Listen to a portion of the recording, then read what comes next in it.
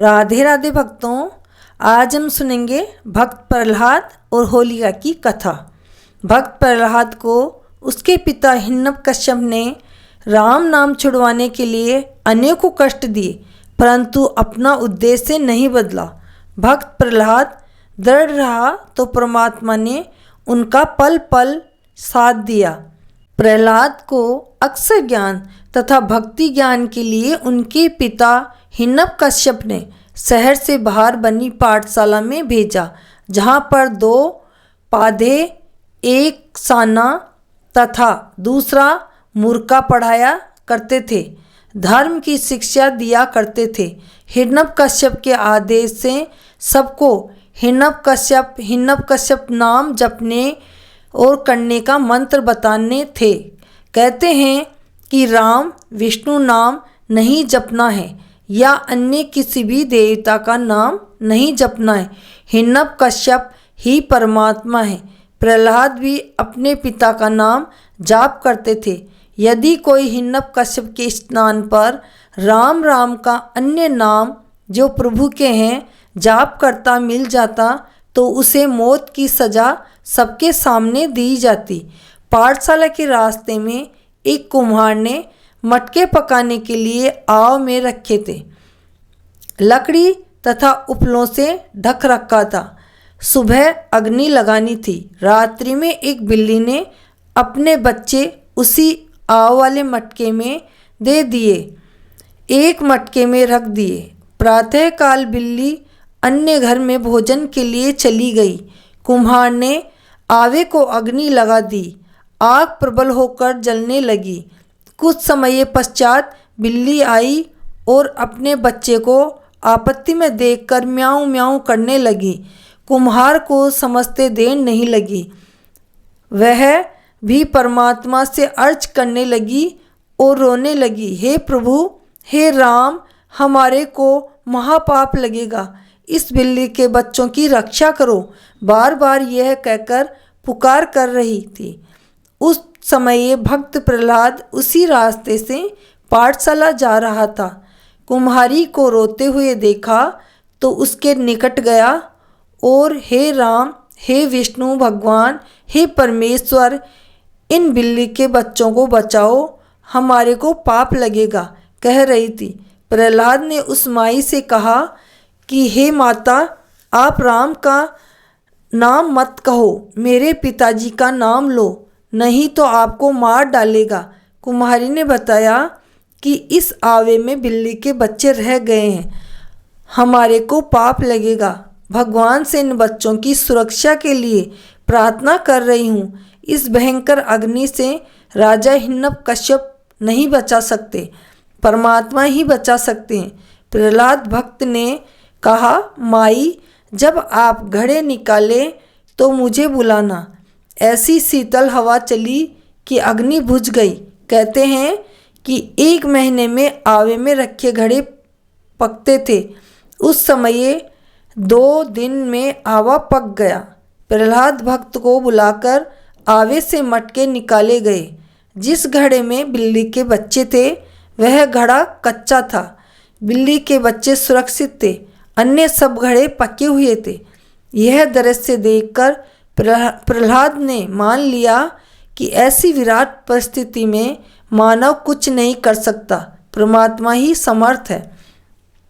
कुम्हारी ने भक्त प्रहलाद जी से कहा था कि माताजी, यदि भगवान ने बिल्ली के बच्चे बचा दिए तो मैं भी परमात्मा का ही नाम जपा करूँगा, अपने पिता का नाम जाप नहीं करूँगा। उस दिन के पश्चात प्रहलाद भक्त राम का नाम जाप करने लगा। यह घटना सत्ययुग की है। श्री रामचंद्र पुत्र दशरथ जी का तो जन्म भी नहीं हुआ था। जब साना तथा मूर्खा अध्यापकों को पता चला कि प्रहलाद राम का जाप करता है तो उसे बहुत समझाया कि आप हिरण्यकश्यप राजा का नाम जपो। प्रहलाद ने कहा कि गुरुदेव, मेरे पिता मानव है, राजा है, परंतु भगवान नहीं है। विशेष परिस्थिति में परमात्मा ही रक्षा कर सकता है। जीव कल्याण भी परमात्मा से हो सकता है। राजा जनता को क्या देता है? उल्टा कर जनता से लेता है। परमात्मा सबका पालन करता है, वर्षा करता है तो धन धान्य से मानव परिपूर्ण होता है। राजा होना अनिवार्य है, परंतु अन्यायी होना नहीं होना चाहिए। राजा कानून व्यवस्था बनाने के लिए बनाया जाता है। प्रजा की बदमाशों से सुरक्षा करना राजा का परम कर्तव्य है। राजा को परमात्मा की भक्ति से ही राज्य प्राप्त होता है। राजा यदि प्रजा को तंग करता है तो परमात्मा उसे दंड देता है, नरक में डालता है, फिर पशु पक्षियों की योनियों में कष्ट उठाता है। इसलिए राजा को भी परमात्मा का नाम लेना चाहिए, परमात्मा से डरकर काम करना चाहिए। साना से कहा, राजकुमार आप हमारे शिष्य हैं, गुरु नहीं, आप हमें शिक्षा दे रहे हो। प्रहलाद ने कहा, क्षमा करो गुरुदेव, मैं आपको शिक्षा नहीं दे रहा, राजा का धर्म बता रहा हूँ। मूर्खा पांडे ने कहा, हे राजकुमार, यह ज्ञान आपको किसने कराया? प्रहलाद ने कहा, गुरुदेव, मुझे पिछली याद ताज़ा हो गई है। जब मैं माता के गर्भ में था, नारद जी मेरे पास आए थे। उन्होंने मुझे परमात्मा की महिमा तथा मानव कर्तव्य बताया था। मुझे नाम भी जाप करने को दिया था। अब मैं वही जाप किया करूँगा। साना बुर्का पंडितों ने राजा को बताया कि आपका पुत्र राम का नाम जाप करता है, हमारी बात नहीं मानता, तब शिक्षा देते हैं तो हमारे को ही ज्ञान सुनाने लगता है। हिरण्यक कश्यप ने बुलाकर राम का नाम न जपने को कहा तो प्रहलाद ने स्पष्ट कहा, पिताजी, परमात्मा ही समर्थ है, प्रत्येक कष्ट से परमात्मा ही बचाते हैं, मानव समर्थ नहीं है। यदि कोई भक्त साधना करके कुछ शक्ति परमात्मा से प्राप्त कर लेता है तो वह सामान्य व्यक्तियों में से उत्तम हो जाता है, परंतु परमात्मा से उत्तम नहीं हो सकता। परमात्मा ही श्रेष्ठ है, वही समर्थ है। यह बात भक्त प्रहलाद से सुनकर अहंकारी हिरण्यक कश्यप क्रोध से लाल हो गया और नौकरों सिपाहियों से बोला कि इसको ले जाओ मेरी आँखों के सामने से और जंगल में सांपों में डाल आओ, सर्प के डसने से यह मर जाएगा। ऐसा ही किया गया, परंतु प्रहलाद मरा नहीं, सर्पों ने डसा नहीं, आराम से सो रहा था। सुबह धूप से बचने के लिए सर्प प्रहलाद भक्त पर अपने फन फैलाकर छाया किए हुए थे। राजा ने कहा कि जाओ जंगल से शव उठा लाओ। सिपाही गए तो प्रहलाद सुरक्षित था, सर्प इधर उधर चले गए। सिपाहियों ने सब देख लिया था। प्रहलाद को मरा जान उठाने लगे तो प्रहलाद अपने आप उठ खड़ा हुआ। प्रहलाद की आयु 10 वर्ष थी। फिर पर्वत से फिकवाया। प्रहलाद फूलों के घने पौधे में ऊपर जा गिरा। फिर प्रहलाद की बुआ होलिका अपने हिरण्यक कश्यप की आज्ञा से चिता के ऊपर प्रहलाद को गोद में लेकर बैठ गई। होलिका के पास एक चद्दर थी, उसको ओढ़कर यदि अग्नि में प्रवेश कर जाएं तो जलता नहीं था। उस चद्दर को ओढ़कर अपने को पूरा ढक लिया और प्रहलाद को अपनी गोदी में बैठा लिया। अग्नि लगा दी।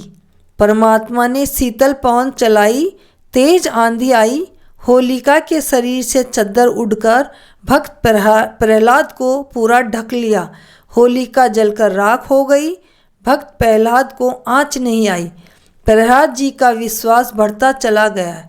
ऐसे ऐसे 84 कष्ट भक्त को दिए गए, परंतु परमात्मा ने भक्त के विश्वास को देखकर उसकी दृढ़ता से प्रसन्न होकर उसके पतिव्रत धर्म से प्रभावित होकर प्रत्येक संकट में सहायता की।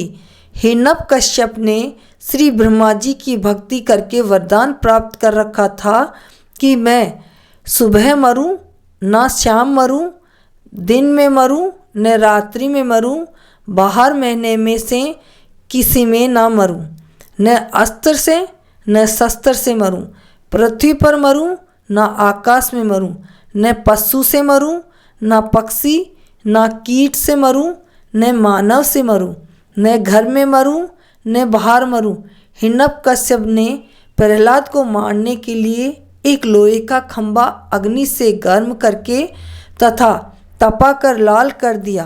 प्रहलाद जी को उस खंभे के पास खड़ा करके हिरण्यकश्यप ने कहा कि क्या तेरा प्रभु इस तपते खंभे से भी इससे तेरी जलने से रक्षा कर सकता है?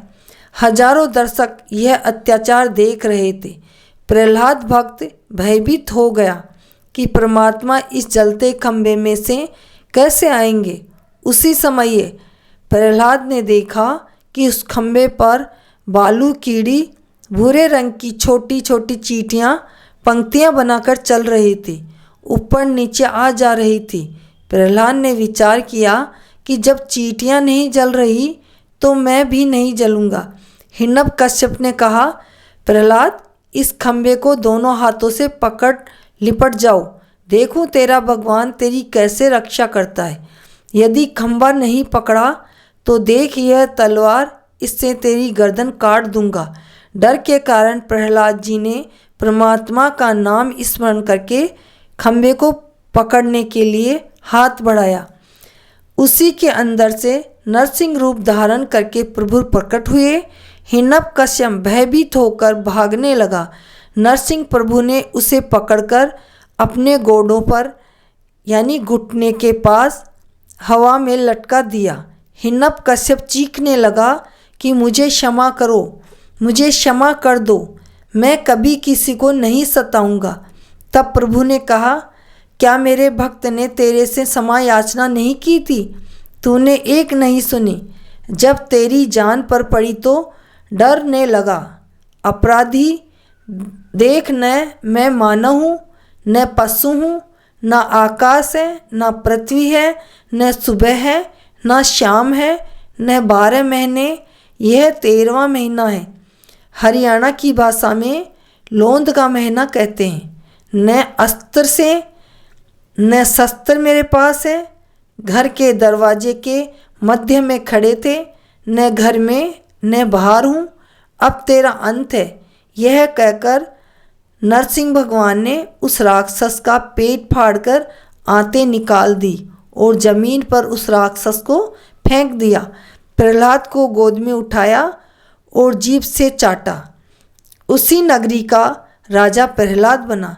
विवाह हुआ, एक पुत्र हुआ जिसका नाम बेलोचन रखा। उस बेलोचन का पुत्र राजा बलि हुआ, जिसने अश्वमेध यज्ञ की थी, जिसमें परमात्मा 52 रूप बनाकर एक ब्राह्मण के रूप में आए और 3 पैर जमीन दान में मांगी थी। भगवान ने एक कदम में पूरी पृथ्वी नापी तथा दूसरे पग में स्वर्ग, तीसरे के लिए स्थान मांगा तो बलि ने कहा कि यह मेरी पीठ पर रखो। यह कहकर पृथ्वी पर मुख के बल लेट गए। तब प्रभु ने खुश होकर कहा कि मांग, क्या मांगता है? बलि ने कहा कि मैंने इंद्र के राज्य के लिए 100वीं यज्ञ की है। भगवान बोले, इस इंद्र को अपना शासन काल पूरा करने दो, फिर आपको इंद्रासन देंगे। आप मेरी शर्त पूरी नहीं कर पाए, इसलिए अभी इंद्र को पद से नहीं हटा सकते। फिर भी आपने मेरे को सर्वस्व दे दिया, इसलिए आपके पश्चात मेरे को इंद्रासन दिया जाएगा। तब तक तेरे को पाताल लोक का राजा बनाता हूँ, वहाँ राज्य करो। मैंने इंद्र से उसका राज्य बनाए रखने का वचन दिया है। बलि ने कहा कि एक मेरी शर्त है, उसके लिए वचन दे। भगवान ने कहा कि बोलो। बलि ने कहा कि जब तक मैं पाताल में रहूं तो आप इसी वामन रूप में मेरे द्वार के आगे खड़े रहेंगे। भगवान विष्णु ने कहा, तथास्तु। भक्त प्रहलाद के पोते राजा बलि को पाताल का राज्य प्रदान किया। भक्त प्रहलाद जी अपने धर्म कर्म पर डटे रहे, यानी पतिव्रता धर्म का पालन करके अटल रहे तो परमात्मा ने सहायता की। जब तक सूरज चांद रहेगा महापुरुषों का नाम ऐसे ही रोशन रहता रहेगा। बोलो भक्त प्रहलाद की जय।